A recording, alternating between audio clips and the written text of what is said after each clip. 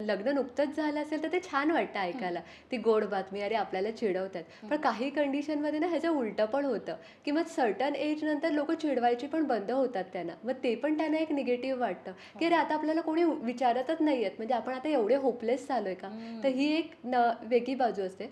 पण मग कधी-कधी असं होतं, की समारंभात वगैरे आपण गेलो, की लोकं सहज विचारतात. जसं की आता मी म्हटलं, की माझा मुलगा 5 वर्षाचा आहे. सो मला त्याच्याबद्दल विचारतात, की "अरे ओम कसा आहे? कितवीला आहे? काय आहे?" तर ही एक सोशल इथिक आपण त्याला म्हणू शकतो किंवा माझ्या सासूबाई असं विचारतात, की स्त्रीला दागिने किती आहेत ते नाही विचारत, पण मुलं हं. किती किती आहेत आहे ते ते नक्की विचारतात किंवा पुरुषांना की बाबा कुठे जॉब करतोस? हे सामाजिकरित्या विचारलं जातं एक विचारपूस म्हणून. हं. सो विचारणारा पुढच्या 10 सेकंदाला विसरून जातो, कारण त्यासाठी ते रुटीन जॉब असतो. पण ह्यामुळे त्या स्त्रीच्या मनावर खूप जास्त परिणाम होतो आणि ह्या प्रश्नांमुळे तिचं हळू सोशल लाईफच बंद होऊन जातं. ती मग कुठलेही समारंभ असो, लग्न असो, सोशल गॅदरिंग हं. असो, कुठलाही दुःखद प्रसंग जरी असला तरी तिला तोच प्रश्न विचारला जातो. मग त्यामुळे ती हळू बाहेर पडणंच सोडून देते आणि सोशल गॅदरिंगचं मेन उद्दिष्ट तर तेच आहे, की आपल्याला आपल्या भावना रिलीज व्हाव्या, आपल्या मित्र-मैत्रिणींना, जवळच्या व्यक्तींना आपल्याला बोलता यावं, छान आनंद मिळावा. पण तिथे गेल्यावर पण त्याच दुःखाची तिला आठवण होते हं. आणि मग ती हळू ते बाहेर पडणंच तिचं विसरून जातं. मग परत घरी गेल्यावरती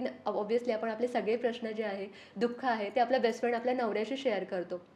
मग परत ती नवऱ्याला पण तेच बोलते, की "अरे ही पण विचारत होती, ती पण विचारत होती. आपल्याला कधी बाळ होणार? आपण कोणाचं काय वाईट केलंय? आपल्यालाच का होत नाही?" मग ह्यातून त्या दोघांच्या रिलेशनमध्ये पण कुठेतरी ताण येतो. कारण नवऱ्याला पण ऑलरेडी ते प्रेशर येतच असतं.